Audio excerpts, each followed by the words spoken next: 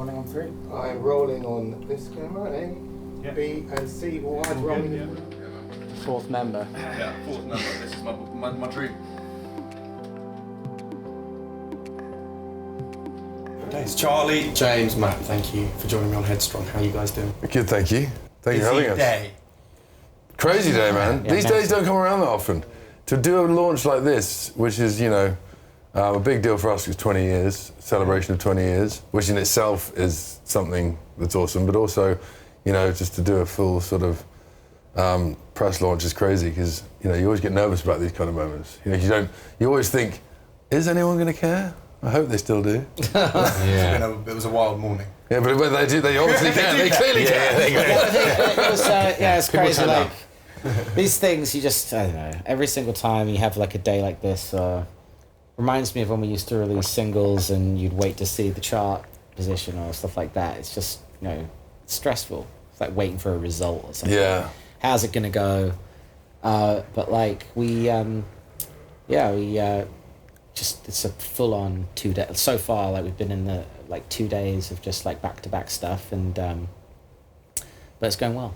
It's going well. Yeah, guys. So Headstrong is all about kind of mental health, and 20 years is a lot of time to be consumed in something. I know it's not been really, relentlessly involved in Busted the whole time, but 20 years I've had a cake made for you guys. Mate, that's so awesome. That's one of the best cakes I've ever seen. Yeah, It's it's so cool. I thought that phone was real. The reason I had the cake made is because we're going to have coffee and cake together. Great. A nice therapeutic activity. It's going to hopefully make us feel good, Yep. Get some sweetness going, and then have a reminisce, have a chat about how you guys are as well, what's going on in life. But I need to know who's going to cut the cake. I don't want to do it. I'll cut the cake. No, Okay, so that's go with this fantastic. knife. What's a controversial Can I knife film for the you? cake being cut? Yeah, let's film it. Oh yeah, let's make it. Because I like to film that. Okay. Yeah, love it. So far, so good. That is incredible. That is an amazing cake, even with the amazing little AirPods. That's cool. It's a big chunk. It's a big chunk. Oh, Matt, you always got to slice the second slice first. Everyone knows that about cake, no? That's it. Oh, you always got a slice. Always do the second slice. Oh, really? Oh, right. Oh, I did that's not know true. I that. should have gone. I should have sliced it. You should have sliced You it. should have sliced it. See? Schoolboy errors already. No, we're good. I went for chocolate. I feel like Love it. That's Do you know what? If it's a well-made cake, which I'm sure it is, I'm good with chocolate. Badly made I'm chocolate cake thinking- is not for me. How's it? I reckon just go hands in. How's it, Blue? Yeah. Oh, look at that. I mean, come on, eh? Nah, that's, to be fair, that's Hey, very well done. fantastic. Look at that. No, I'm actually quite happy. Yeah. A relief. All right, That's great. that's a massive piece of cake, but Thanks. Here we go. I'm still cutting. James, thank you so much. Pleasure, sir. So, guys, also, I've got you a cheeky coffee. Thank you. Magic coffee. Thank you very from much. M&S. I'm very excited about this coffee. Yeah, do you know what? I'm not a big coffee drinker, but for the sake of it, I'm going to try it. Yeah, it's Yes, delicious. Not delicious cake. Is it good? Nice and moist. Perfect. What do you think, James? What's like your coffee it. experience? Nice, right? That was nice. Because it's not Well, bitter. So it's a double ristretto, so it's not as bitter and sharp. I could get on board with I that. think that's really Yeah. good. Yeah. It's good, right? That's great. Because I'm not the biggest coffee person, but I like that. You're going to be buzzing your head off in a minute as well. Yeah, that's Great. Great. So that's in every M&S store now. We love that. Well, but you're an M&S ambassador, right? I am, yeah. I actually launched this coffee. Yeah. I'm a bit of a coffee snob. Are you serious? I am, yeah. This is your coffee. This is well, I'm the cafe ambassador, James. Love it. So when they did this, I did the launch date. I had this when we were in Australia, because Magic Coffee's from Melbourne, and when we were in Melbourne, we had a Magic Coffee, and since then I haven't had it since. But then they brought it over to the UK. You were with One Direction. We were touring with One Direction, and we're in Melbourne, and I went to a coffee shop, and I ordered a flat white with a bit less milk. That was mental. And they said, just try Magic. So I tried a Magic, and I was hooked. So guys, 20 years ago, Yeah. we're having coffee and cake right now. You know, you'd be probably more keen to be going out for a few beers, having some late nights, Yeah. and enjoying that whirlwind factor. Whereas I feel like now, two of your fathers, coffee and cake sounds like a very good idea. Coffee cake sounds good. I think this is genius. When I was like 18, when I started, I was in the band at 16, so I couldn't legally drink. But I feel like my party years were not during Busted. So I was young. I wasn't even I had the odd night, kind of having fun with my friends on like a birthday or whatever. I did all that stuff way later. So I guess that, yeah, I think Matt had a good time in the Busted days. But Yeah, I did. Understatement. Yeah. Understatement of the century. Where's the worst place you found Matt? Oh. in Paris. That's real that you're allowed to talk about. I woke my up on the goodness. Eurostar once. Woke up Which on the direction Euros. were you going? Go into Paris He didn't know why I was on the Eurostar. with like some people that I barely knew, and I woke up on the Eurostar. And I was like, what am I doing here? That's brilliant. That's like a hangover moment, you know, the film Hangover. And I got to Paris. I was like, I don't want to be here, so I got the next train back. You didn't even stay for lunch. No. No, I literally got there and I went to don't the know next who you train, are. stayed in the station and got the train back. That's so funny. Yeah. My word. Yeah, so I don't really know you people very well. I'm gonna They go. were the weirdest, like, most insane times. I remember, like, well, we all lived together. Well, actually, for most of the time. So Matt and I, when we lived in North London, I remember waking up one morning, going upstairs, and there was just shattered glass all over the carpet. And you had come in late and left your key somewhere. So the way you came in is you scaled the building, went upstairs and kicked the window in to go to bed. Really? I don't remember that. Yeah, he just kicked the window in. And I'm thinking, I mean, Been robbed. yeah. No, just Matt. That house was crazy. And like weirdish stuff happened. Oh my word, that's mad. Matt, are you happy to wear that kind of on your shoulders as formerly the crazy one? Yeah, I think so. Yeah. I mean, it was definitely. No, but now we were talking before, and now you've got your own mental health podcast. Yeah. And I think that's really. Formerly the crazy one. Yeah. Yeah, I mean, it's I kind of. Yeah, I think I enjoyed those times. You know, like it didn't really get bad for me until after the band, really. Yeah. And the band, I was still kind of enjoying that kind of like being in a band and kind of having fun and kind of everything was kind of cool. It was only after the band that it kind of turned a bit sinister. Yeah. What is it about being in a band that's kind of like that family ethos? Like, what makes it so special? I think it's like a relationship. So much of it is like a relationship. More relationship than a family, I think. Yeah. Oh, Like, really? It's more like girlfriend, boyfriend. Okay. Yeah. We're in a weird way, like you. I don't know why that is, but do you know what I mean? That's a really interesting way to look at it, because I was like, someone was like, it's like brothers. I'm like, it's not like brothers. No. It's more like you're in something with two guys that you're in class with. Yeah, it's not like brothers because you're not family, you're not brothers. Yeah, you're not brothers. It's something else. Yeah, you're like because brothers. It's like a relationship. Because brothers, have to be brothers. Yeah. Sure. Exactly. Yeah. Right, exactly. Family is family. Yeah. But that's the thing. It's like with bands, you choose to be together. Like with a girl, Like a you exactly. That's the well said, James. That is the difference. Thank you. Yeah. When we were together, we had a baby called Busted. Yeah. And now we have to get together because we have joint custody of hang on. Busted. Yeah, exactly. We have joint custody of Busted. It's like Busted. Now it's just getting a little crazy. Yeah. Busted is the baby. He's Busted now is 20 years old. Living alone. Yeah. Exactly. No, it's like, Busted but you know, baby 20. there was all these. But there was these. I think the thing is as people that are choosing to like embark on this like journey together of like being in a band, like you meet all these people and characters. There are all these characters that you meet along the way.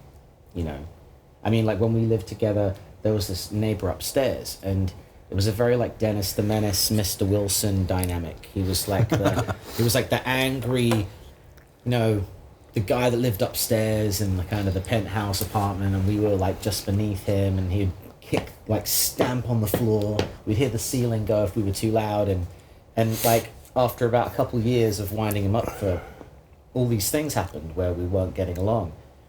It reached that stage where it went beyond that, where I think he ended up missing us when we left. You know what I mean? Or like, we went on Jonathan Rush show and they wanted to know these stories, like you know, what you get up to when you're at home, whatever. And we told this story about how we went to Germany and, you know, when we signed our record deals, we all bought this fun stuff and didn't really know where to put it. Like we bought this huge basketball hoop that we used to play with, and it was we weren't old enough to drive, so it was in our car parking space. Yeah. And strong wind blew it over onto his Jaguar. And we came back and our thing was gone, and he had donated it to like the Scout Hut, and all these things. It was like we were the pesky kids downstairs. Yeah. But eventually, I think he would turn our power off. Like weird stuff, we'd just be in the thing, and the television would just go off, or like the whole power would go out. Like so, it was like we had this crazy, almost like Home Alone, you know, kind of thing going on. This John Hughes thing going on with like our neighbour and these people that you meet along the way. And that's just one example, but like you come into contact with all these interesting characters, and some of them are in the band's life, and some of them are just kind of in your life that you have while you're in the band, when you're not doing the band, and you encounter these people together, and you meet them, and it's just like mental. I remember the neighbours that lived across from us. Those like are they Canadian people? We used to go and play cards with them. And there was that other weird guy.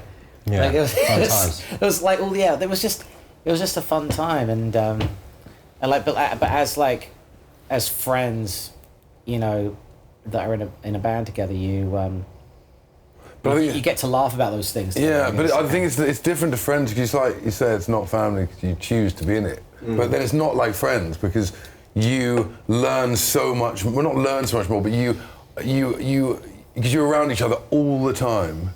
And it's like, you're not choosing, like friends, you have to be around each other because you're in this relationship. So it's like, you know, you get to learn, you know, each other's on a different kind of level. Do you know what I mean? It's like, it's weird, like, it takes on a different form than just friendship. It becomes much more...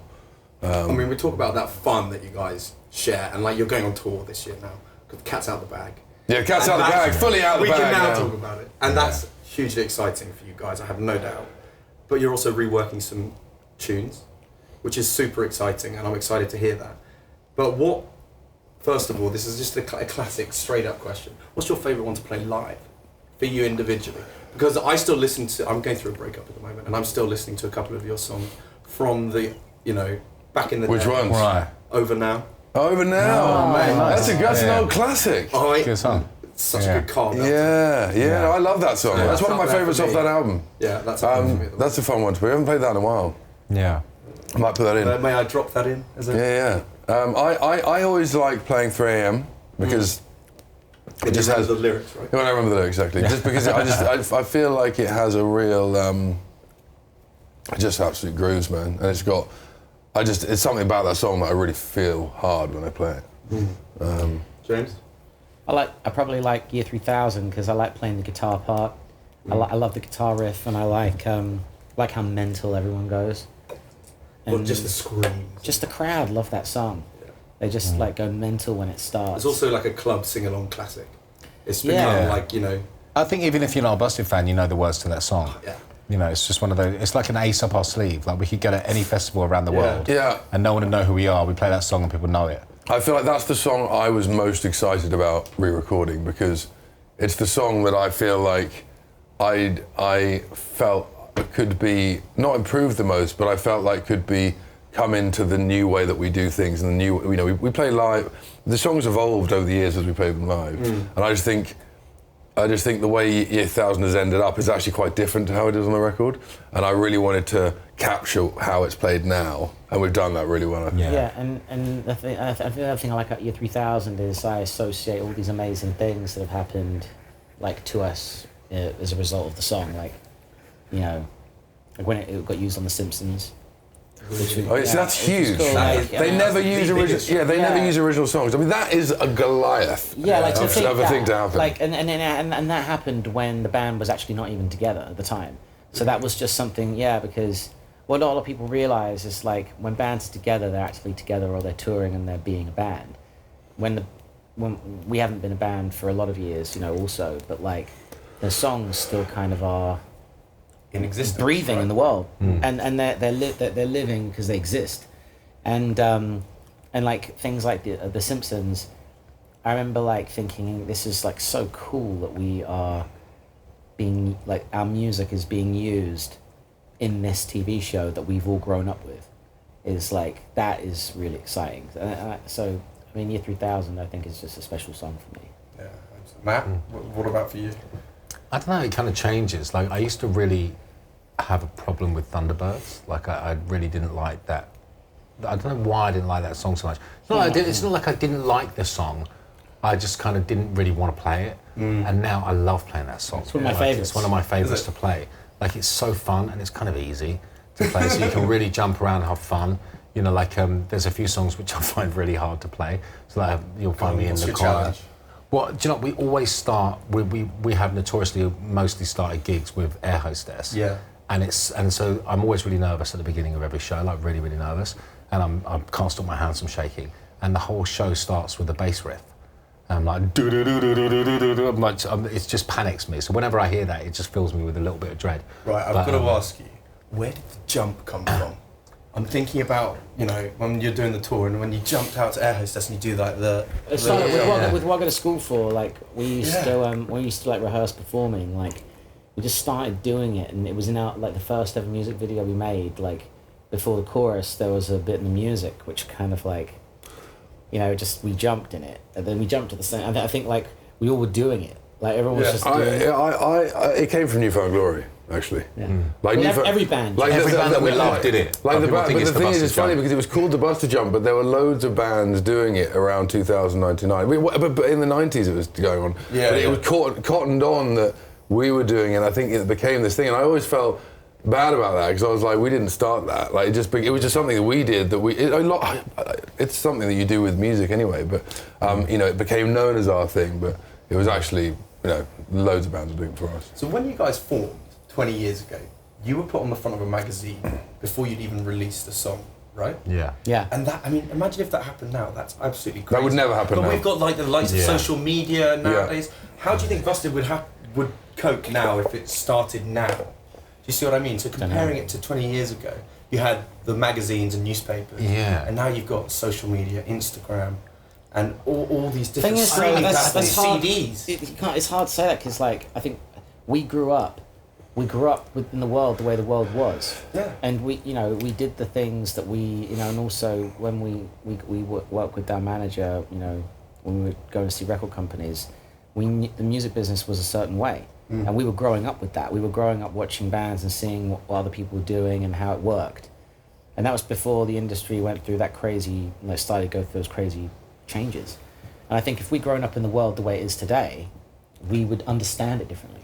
Yeah. And we would understand, you know, what we should do, what we shouldn't do. Like, we suck at, like, social media, but, like, we would be probably better at that than we are. I'm kind of glad we didn't grow up with it. I'm glad it wasn't around when we were started, because I think as good as it can be for people to promote stuff, I don't think there's a singularly worse thing for mental health on this planet than social media. I think it can make people feel utterly terrible about themselves. I think it can, you know, it's this thing that people are chasing, you know, is just, I think, so dangerous, you know. And so what's your relationship with it? I had to come off. To be honest, I had to come off it last year. I couldn't. I started to have a real issue with, like, you know, wondering, you know, thinking, oh, did you put a post up? Is it getting as many likes? And I hated it started to really affect me mentally. So I just had to shut it all off. Yeah. It's toxic. Yeah. And the reason it's like that is because, like, what you think is artistically appropriate might not be in favour for the way that they want to push stuff, or the way that, like, you know, the algorithm decides, you know. And I think that is, like, really weird. It's like all this chat GPT stuff, and they're talking about computers are gonna, you know, start that's crazy. Start creating everything. And then and then Steven Spielberg did the interview, and he was like, well, the human soul is the human soul, you know. And what you might think is a good looking picture, you might want to, but if you want to put that picture in black and white, and you think it looks better in black and white, does it look better in black and white, or does the algorithm not like it because it's black and white? These filters, what it's dressing people up to make people think that everyone else's life is perfect, and that is such a dangerous precedent, because it's like, if everyone thinks that everyone else's life is perfect, then they're just going to start thinking their own life is shit, and that just drives stuff inwards. You know what I mean? There is a lot of good things about social media, especially you know, from an artistic point of view.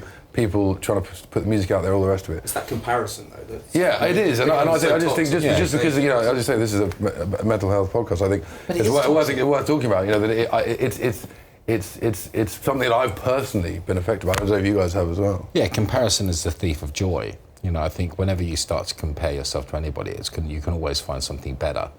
you know, and I think that's like I had a time where I came off it for 7 days. You came off 6 months, didn't you? I did 8 months in the end because I came off for 7 days, but I knew I was going to stay for 30 days. I was going to stay for 4 weeks, but I said 7 days just in case I bailed, you know. So I kind of made this public thing. See you later. I'm going off for 7 days, and then I didn't come back for 8 months, and it was so great, liberating. you know. Honestly, but it's brilliant. There was moments in that time where I'd have conversations with people. I didn't know anything which was going on in the world.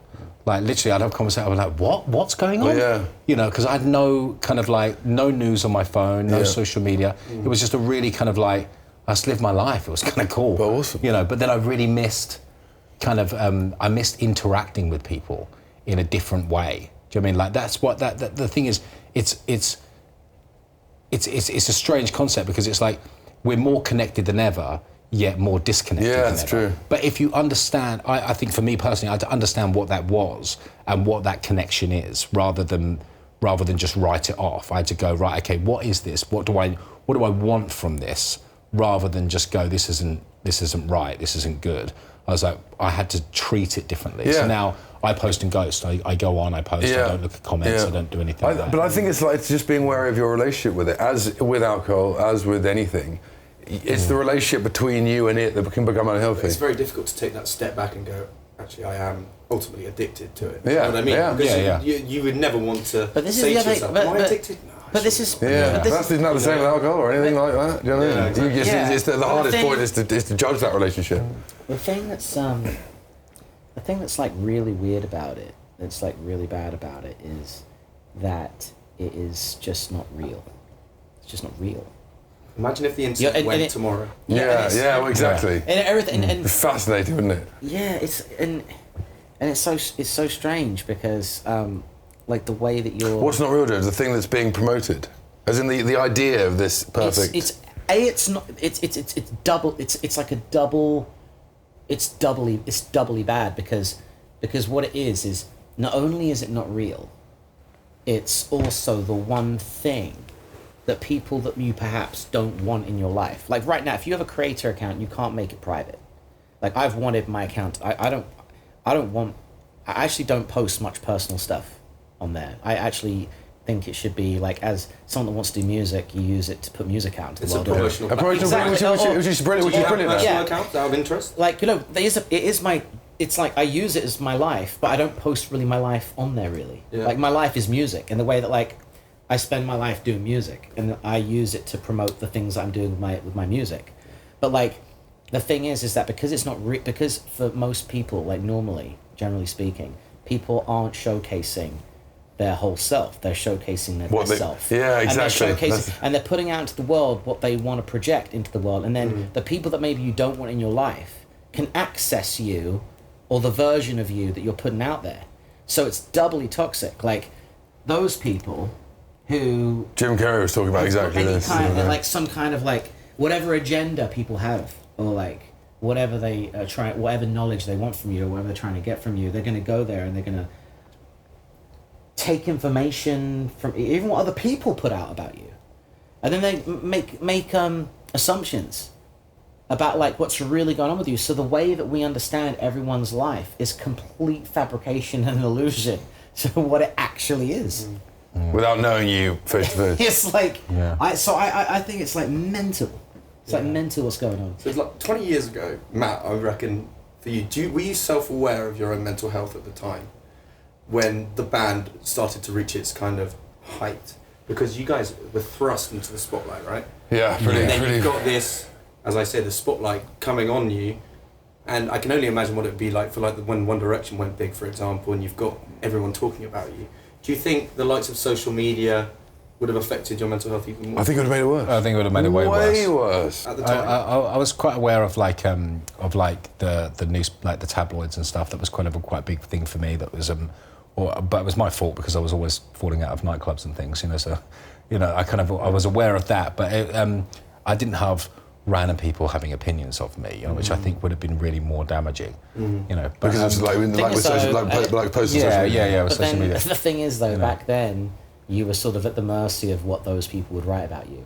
The tabloids. Now, they would paint whatever picture they wanted. Now at least, even though it's probably not real, you can paint the picture that you want, I guess. Yeah. instead of someone else painting it. But it doesn't mean that it's any better. It doesn't mean that that's a good thing. Yeah. How much of a Yeah. coping mechanism were drugs and alcohol at the time, would you say? I mean, for me, I think me and only really in the back were like huge. You know, like I think it was all kind of self-worth really. You know, like, it was all kind of you know, like when you have a low opinion of yourself and you have something, they call it like liquid courage for a reason. You know, like you know, and like for me, if I did cocaine, I'd feel incredible. You know, like I was kind of missing that. I think, you know, I had very low self-worth and very low opinion of myself, and I kind of did these things to kind of feel different. You know, anything that would make me feel something. You know, and I think that's what I was doing. Yeah.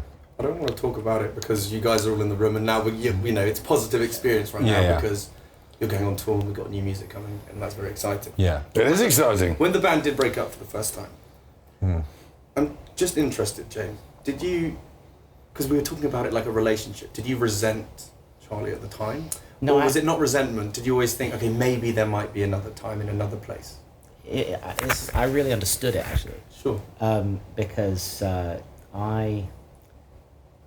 you know, back then I was, you know, writing the songs that were going to number one, and I used to hate the idea of like having to sing like someone else's stuff, and I kind of felt like, because Charlie like moved to Fight Star, was like, I think he felt that, I mean, he's sitting next to me so he can speak for himself or interrupt me, but I feel like the band he didn't feel represented, and I knew that. I knew it was an easy thing, and I kind of like, I feel like I've always related to Charlie in a weird way. I feel like and when we spoke 10 years after the band broke up, I remember being in his house, and it was so strange. It was like we're the same people. It's just that in 2015. Yeah, it's just like it was just like at that point, he was just listening to different records to me, and in the 10 years that we were doing our own thing, I caught up probably on the music that he had listened to before me. Do you know what I mean? Or we had somehow come full circle where we'd filled in the blanks, and we had arrived at the same conclusion.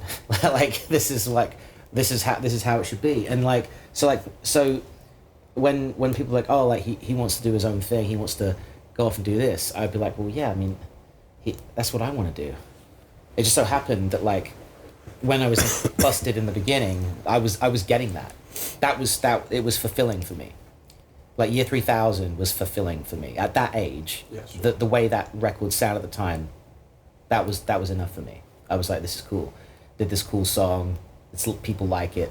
So it was like, so when he left, I was like, I get that, because if I wasn't feeling it, or I wouldn't want to do it either. So there was always a bit of excitement about getting my life back, because when you're in a band, your schedule is just like, you see it like blocked out into the future, and then when you imagine, oh, like, okay, got some time back, and time is really valuable when you're creative and you want to do things. Having said that, it's like you know, I think we were very privileged that our band it turned out to be such an incredible platform, you know, for us to be creative. It was just a question of us putting it off, you know, and bringing it back at a time when we were ready to use that platform for something that the three of us all believed in equally, and like to move forward on like an equal footing. So I actually kind of, you know, I did so many cool things like when the band went away. So, and you know, it's an amazing head start in life. Like when the band broke up, a lot of my friends were broke and at uni, and I kind of was not in that position. I was like going around the world to like do exciting stuff. So it wasn't a bleak scenario. The first 2 weeks were quite hard. Yeah. But that didn't come without like. It wasn't like there was no excitement or no like the mystery of the unknown can actually be really exciting, especially when you have the means to actually pursue the things you want to pursue. You know.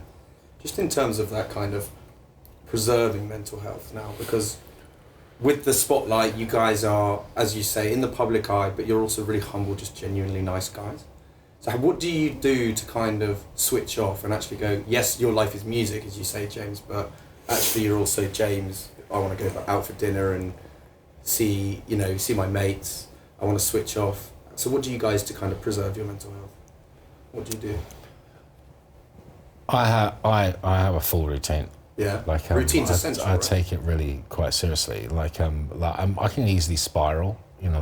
So I kind of I take it quite seriously. Like I have to do certain things every day. Like even just before this, I was just in there doing a 10-minute meditation because felt a bit overwhelmed. We'd just been like interview, and like radio and everything. I was just a bit like I just need to settle for a second, So just was in there, breathe for 10 minutes. But what do you I do use that quite a lot. interest? I did a Sensate then, which is like a little vibration device that I put on my chest, which is like it's for it gets your vagus nerve, so kind of that fight or flight response kind of dies down a little bit. Because I felt a little bit kind of like. I did as well. Yeah. So like you guys went for a while. I literally sat in the toilet and put that thing on and breathe for 10 minutes. Yeah, I think it's all the great. adrenaline as well. Yeah, and now I feel kind of present and settled again. But like every morning, I get up before my kids. I kind of I have a 10-minute meditation. I do a workout. I get in the cold plunge every day, which I hate, but I love the way I love the way it makes me feel afterwards. When I've done it, it's horrible, but it is amazing. It is amazing, and also there's something about doing something really hard first thing in the day that makes the rest of the day pretty easy. Yeah. Like once I've done 5 minutes in the cold plunge, everything else is pretty small easy. achievements. Everything else is pretty easy. It's like, I feel like Matt's hugely into sort of exercise stuff, but when I have not been in a good place mentally, and I start doing like HIIT training, like HIIT training is really high intensity, so you literally come out feeling like you couldn't give any more, and then I feel amazing after that, which is weird because I absolutely hate the process of it. Yeah. You know what I mean? I hate doing it, but then at the end I feel so good for doing it. I don't know if it's whether it's feeling pleased that I've done it, but I think there is an endorphin stuff going on. There's a dopamine release, which is and you've achieved something because you've finished it. Exactly. So whether it's if you wake up with a hangover and you're like, I feel like shit. You know what I mean? You get 5 guys. Yeah, exactly. No, seriously, that's it.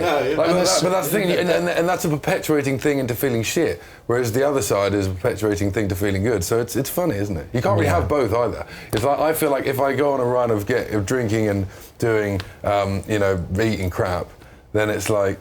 But then if I'll do it the other way. I'll do a break and I'll go to the gym and I'll just eat really clean. It's really hard to do both. You're either on one train or the other. Yeah, and also, I find like songwriting for me. What therapeutic cleanser. activity? It's everything. Just to get your feelings out. It's just everything. Like it's just the best thing. Like I feel like you can just deal with everything by like picking up a guitar and like coming up with something, and because if you're feeling something, and because it's all thinking and feeling. Songwriting is thinking and feeling. So like, and your mental health is what you're feeling and what you're thinking. So those two things are actually really, I think, really linked. And when you can work through those thoughts and those feelings, by songwriting, in a way, it's like getting those things out of you. And then they're gone, and then they're in the song, and then you have space to deal with the next thoughts, the next feelings. So I think songwriting is an amazing way to get back to neutral. Yeah, or writing your thoughts down. Yeah, writing. Yeah, that's what journaling is. Exactly, but that's exactly. So look, I think it was just to music. Exactly, because journaling really is that. Yeah. Is writing lyrics. It is. It's just poetry. Yeah. Exactly, and the thing, and that's it. And it's like, I think the thing I think that's so powerful about music is that because the words is what you think and the music is what you feel, right? If you can feel something and express those feelings musically, you can pinpoint that. It's like the rulers that measure like space accurately to like the 5 decimal places or something. You can pinpoint an emotion with a sound so accurately. You can cut to right to the very thing. So That's what's so cool about it. That's what's so cool about doing, getting your thoughts and feelings out of it. I mean, talking about that as well, I think something that has become more apparent in recent years is that, and I know that everyone experiences mental health, but it's so important now for men to be able to talk about it, right?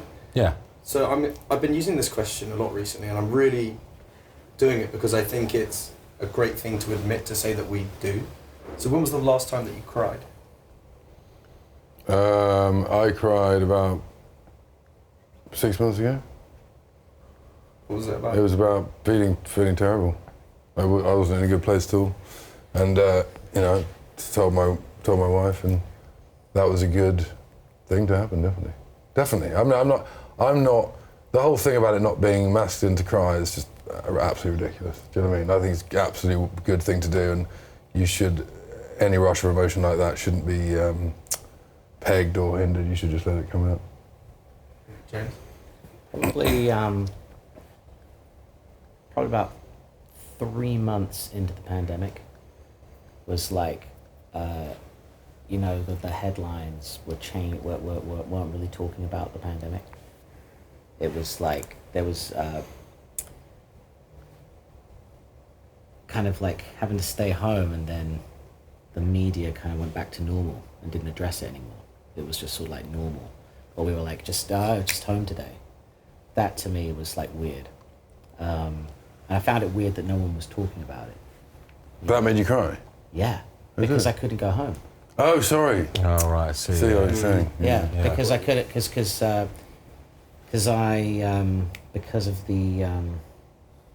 wasn't just a lockdown. Yeah. It was like a travel ban. Yeah. Do you know There were what I mean? fines going all over the Yeah. Yeah. Oh, the amount of stuff that happened, the amount of people not seeing, I mean, that's a completely separate conversation, but not seeing loved not ones. getting too Yeah. Yeah. So Matt? like, so not going home is, I thought it was quite hard. No, I completely agree. Yeah. I cry really regularly.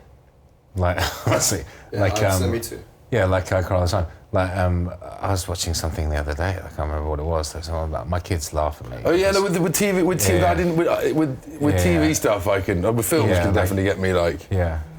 Do you come across? I mean, when you talk about this stuff, do you how many do you find a lot of men that feel weird about crying? No, I just think that, weirdly enough, I think it's the everyday man who likes to say they don't cry. Because when do you they're in think the they pub, do? they like to say I know. in front of their mates, "Oh yeah, let's," you know, it's all like laddie banter. I know. And then actually, if you take away the pints and you take away taking the piss out of each other, Yeah.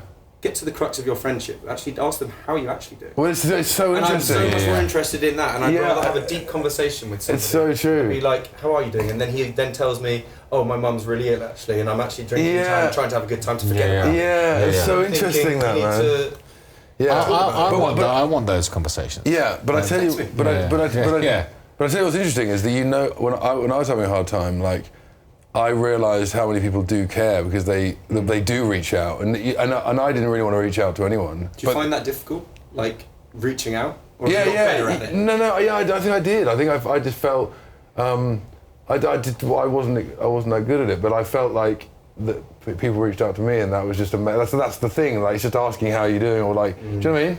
And I think that's I'd find it's really interesting, the male mental health thing, because I feel like over the last we're in such a different place than we were 15 years ago, in such a better place. Yeah. I think. But well, I mean, you may disagree, but I think we're much better than we were. For sure. Do you know what I mean? Yeah. I'm going to ask you something. I've just thought about it, and I just thought, you know what, we don't ask, let's just go for it. Before you go on your first night, for your first show, can you just do a check-in with each other and just be like, how are you actually doing? Yeah. And just check in and just be like... That's a really cool idea. If you're nervous and you're feeling like shit, you're about to play air hostess, just be like, let's check in. Yeah. And just like look after, like, I know that sounds really pretentious from someone who's 10 years younger than you, but do like a check-in. I think that you're doing that on a more regular occasion with all of your friends is a very good idea. Yeah. That'd be really cool. Yeah, I like it. I like it. Happy days. Yeah. Guys, I've really enjoyed this, but I ask one question to all of my guests. So, what does the word headstrong mean to you? I'll go first. Yeah. So the word headstrong to me actually can have a negative connotation. Yeah. Because I feel like it means non-swaying in your opinion, and headstrong as in I'm not gonna take. But I can see it in two ways. I can see it the headstrong as in my head is strong and I'm strong in my head, obviously, But when I hear the word, I think not willing to compromise for some reason. Sure. No, for sure. Yeah. What do you think, Jamie? I think that's a good call. I mean, I think, yeah. I think I wasn't thinking that though, but I agree with it. What were you thinking? I was thinking, I think headstrong is sort of like when you are, I think it's like knowing in your mind that you are good following your own instincts. You know? I like that. Yeah, you're right. But there are these different. Yeah, there's no right or wrong. No, because answer. what James is saying is, if you say I've met this guy, he's really headstrong. Is that a positive or a negative? I think it's a positive, actually. I think it's arriving at like a conclusion in your own mind about stuff, like backing it up with facts about the way that experiences have made you feel in the past, like headstrong, like knowing what you want for yourself. Yeah, which is good. Which is a good Just being thing. confident enough in your decision. Yeah, it's confidence. Yeah, that's a good thing. Headstrong is a confident like thing to me. Nice. Yes. Yeah. I'm just going to go with Matt. Do you agree? Yeah, I agree. I think for me, it's like being headstrong, like in the context of the podcast, is like it's kind of understanding that all kind of emotions and feelings are okay. Do you know what I mean? Like, because that's the truth, right? It's like sometimes anger might not be the right thing to project, but it might be the exact emotion that you need. Like, do you know what I mean? Like, I've always been really scared of anger. Like, I've always found anger really, like, I struggled with that, you know, because I had a temper and I was really scared of it, so I never really showed it. But sometimes, like, releasing that is exactly the right thing to do, you know. So it's I think it's understanding why. For me, it's about why. I'm always asking why, you know. So why I feel this way? Why, you know? Like, and I can always track it back to something. You know, so it's kind of understanding, rather than just going blazingly into emotion, it's like taking that breath to kind of think, why am I feeling that way? Why is this happening? You know, rather than just reactive, you know. Guys, this is a super exciting year ahead for you. Yeah, man. Buzzing. I'm super pumped, man. Yeah, no, but mate, I'm pumped for you. I'm not even in the band. Yeah. But no, it's super exciting. I'm going to go get another magic coffee, I'm not going to lie. Boom. Nice. Let's do it. Thank you, boys. Thank you very much. Appreciate it. Thanks, mate. Man. Loved it. This cake is awesome as well. Yeah. Thank you, very man. much. Thanks, man.